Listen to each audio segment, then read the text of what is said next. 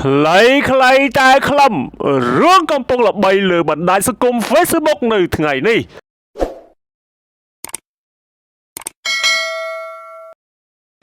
លោកស្រីអ្នកនាងកញ្ញាជាទីមេត្រីរឿងដែលកំពុងផ្ទុះល្បីនៅលើបណ្ដាញសង្គម Facebook ថ្ងៃនេះខ្ញុំបាទសូមលើកយកតែ3ករណីប៉ុណ្ណោះដែលករណីទី1នោះគឺកំពុងតែផ្ទុះខ្លាំងមែនទែនគឺពាក់ព័ន្ធជាមួយនឹងលោកកឹមសុខាត្រូវបានអនុញ្ញាតឲ្យទៅសួរសុខទុក្ខម្ដាយរបស់ខ្លួនដែលឈឺរយៈពេល1ម៉ោងនេះបើយោងតាមគណនីផេកផ្លូវការរបស់លោកផៃវណ្ណៈបានបង្ហោះសារនៅថ្ងៃទី20ខែឧសភាឆ្នាំ2026នេះបានបញ្ជាក់ថាតំណាងអាយកាបានអនុញ្ញាតឲ្យលោកកឹមសុខាទៅជួបម្ដាយដែលកំពុងឈឺធ្ងន់នៅព្រឹកថ្ងៃទី20ឧសភាឆ្នាំ2026នេះលោកមេធាវីផាញ់ហេងបាននិយាយថាតំណាងអាយកាបានអនុញ្ញាតឲ្យលោកកឹមសុខាបានជួបម្ដាយរយៈពេល1ម៉ោងផុតរយៈពេលនេះ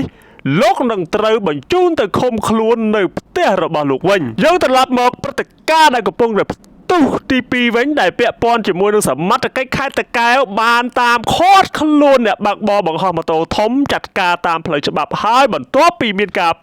ការរិះគន់ពេញបណ្ដាញសង្គមអ្នកបង្ហោះម៉ូតូធំម្នាក់នៅតាមផ្លូវជាតិក្នុងទឹកដីខេត្តតាកែវដែលទទួលរងប្រតិកម្មច្រើនពីមហាជននោះនៅពេលនេះត្រូវបាននគរបាលចាត់ការតាមច្បាប់ហើយលោកឧត្តមសេនីយ៍តូម៉ែនលីដែលជាស្នងការនគរបាលខេត្តតាកែវបានបញ្ជាក់ថាអ្នកបើកបរម៉ូតូធំដែលបង្ហោះតាមផ្លូវនេះត្រូវបានកម្លាំងនគរបាលរបស់លោកតាមឃាត់ខ្លួននិងយកមកសួរនាំតាំងពីម្សិលមិញមកម្លេះសម្រាប់បុគ្គលរងនេះត្រូវបានលោកឧត្តមសេនីយ៍តូដែលជាស្នងការបានបញ្ជាក់ថាគាត់ត្រូវទទួលខុសត្រូវចំពោះមុខច្បាប់ដោយសារម៉ូតូអត់ពន្ធម៉ូតូអត់ស្លាកលេខនិងគ្មានប័ណ្ណបើកបររួមជាមួយនឹងការបង្ហោះម៉ូតូបង្កអនាធិបតេយ្យតាមដងផ្លូវអ្នកបើកម៉ូតូធំម្នាក់នេះគឺមានឈ្មោះថាឡាយឈៀងអាយុ27ឆ្នាំមុខរបរលក់ឡានរស់នៅភូមិឡូរីសង្កាត់រកាក្នុងក្រុងដូនកែវខេត្តតាកែវនេះមកយោងទៅតាមការបង្ហោះសាររបស់គណនី Facebook លោកផៃវណ្ណៈដដែលនៅថ្ងៃទី20ឧសភាឆ្នាំ2026ចំណែកឯព្រឹត្តិការណ៍កំពុងតែមានផ្ទុះការចាប់អារម្មណ៍ដែរនោះគឺពាក់ព័ន្ធជាមួយនឹងស្នងការខេត្តកំពតថានឹងធ្វើការរឿងនេះបើមានអ្នកបើកម៉ូតូធំបង្ហោះក្នុងភូមិសាស្ត្រខេត្តកំពតពាក់ព័ន្ធនឹងការបង្ហោះម៉ូតូធំនេះគឺមានមហាជនជាច្រើនបានលើកជាមតិយោបល់ថា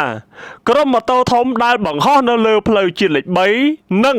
កំពុងតែល្បីតាមបណ្ដាញសង្គមដែលមានមហាជនធ្វើការសែប្រងព្រាតនោះជាក្រុមតែមួយនិងក្រុមម៉ូតូធំ X Project Motorsport